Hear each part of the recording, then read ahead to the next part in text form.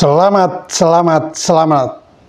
Indonesia akhirnya mengalahkan Vietnam untuk kedua kalinya dalam sekitar 2 bulan terakhir, di mana tadi malam di Stadion Gelora Bung Karno Senayan, Indonesia memetik kemenangan 1-0 di babak kualifikasi zona Asia Grup F Piala Dunia 2026.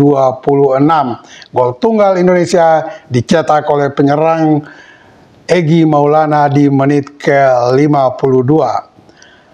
Bagi semua rekan, sahabat, teman, ikuti terus analisis Bung Yes. Dan jangan lupa like, comment, and subscribe.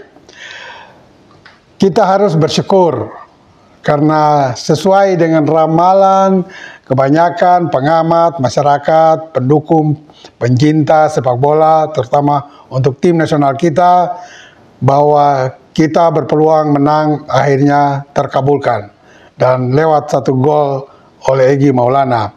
Dan ini juga mengangkat posisi Indonesia dari tadinya di urutan terbawah klasemen Grup F, naik ke posisi kedua di bawah Irak dengan 4 poin hasil 1 kali kalah, 1 kali draw, 1 kali menang, dan Vietnam berada di urutan ketiga dan Filipina di urutan terbawah.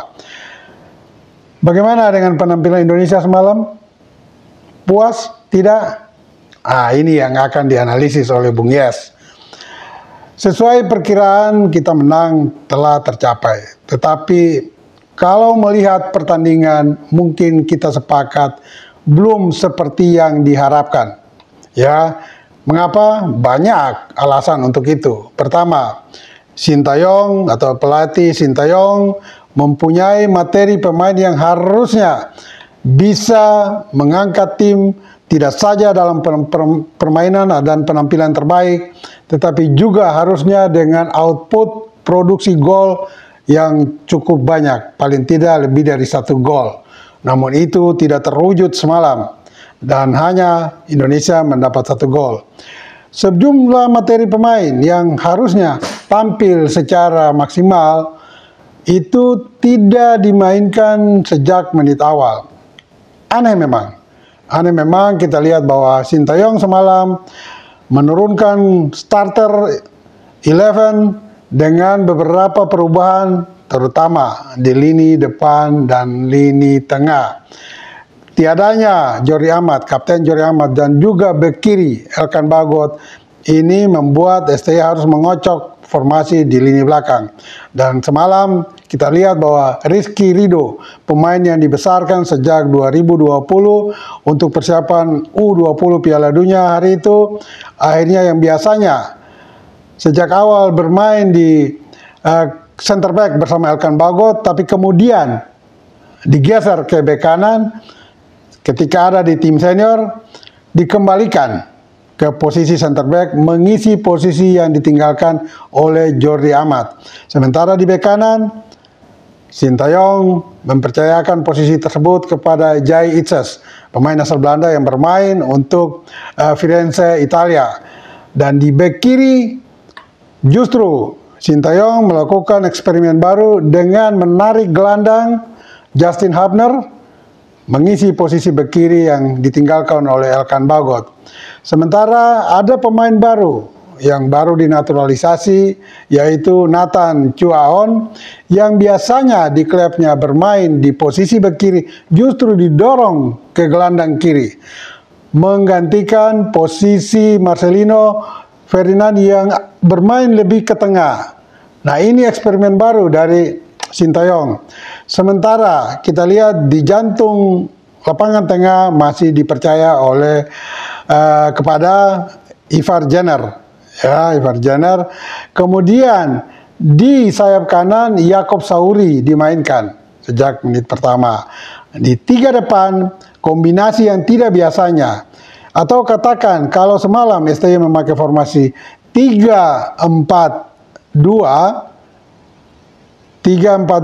atau 3-4-3, maka di lini depan 3 semalam adalah Rafael Struijk, Witan Sulaiman, dan Hoki Caraka. Nah, ini pun pemain yang terakhir yang saya sebut tadi, Caraka, ini pun baru pertama kali turun sebagai starter. Sebelum ini selalu sebagai pemain cadangan.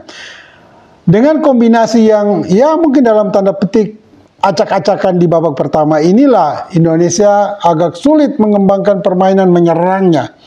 Padahal harusnya di kandang kita bisa bermain lebih lepas, lebih leluasa, tetapi di babak pertama semalam kita bermain tidak seperti diharapkan. Dan lini depan 3 penyerang itu adalah Caraka, Rafael, dan juga Witan Sulaiman bermain sangat acak. Mengapa saya katakan acak? Rafael Strike yang biasanya menjadi penyerang tengah murni semalam di babak pertama bermain lebih ke kiri. Sementara di tengah dipercayakan kepada Hoki Caraka. Sedangkan Witan Sulaiman bermain lebih gantung ke tengah. Sepertinya Sintayong memakai formasi 3-5-2. Dia mengosongkan sayap kanan yang akan diisi oleh Yaakob Souri. Tetapi Yaakob Souri sebagai gelandang menyerang dari sisi kanan tidak optimal semalam. Nah, ini yang membuat kelihatan di babak pertama permainan kita sangat tidak berkembang. Karena penempatan pemain-pemain yang harusnya di posisi sebenarnya diacak oleh Sintayong. Ini memperlihatkan bahwa Sintayong sebetulnya bukan seorang pelatih yang baik dalam strategi dan taktik. Bahkan sampai pada membentuk pemain sampai dengan tahun ketiga atau keempat menangani tim nasional kita, dia masih lemah dalam membuat pemain atau menyusun strategi sesuai dengan pemain yang dia punyai. Dan itu terlihat semalam, terutama di babak pertama. Tetapi di babak kedua, dia mulai memperbaiki kesalahan di babak pertama dengan memasukkan sekaligus 3 pemain. Ya, 3 pemain di babak kedua. Masuknya Arhan Pratama, kemudian juga ada Egy Maulana, ya, kemudian juga Sandy Walsh yang menggantikan Yaakob Souri.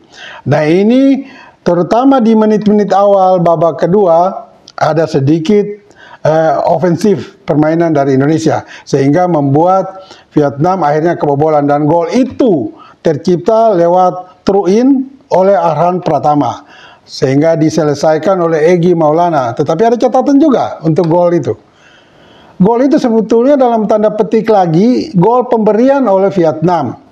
Karena sebuah blunder yang sangat tidak perlu dilakukan oleh pemain nomor 3 Vietnam, pemain bertahan, yang menendang bola tidak sempurna dan bola mengarah ke Egy. Dan dengan mudahnya Egy mendorong bola dengan kaki kiri ke sudut kanan gawang Vietnam, terciptalah gol itu.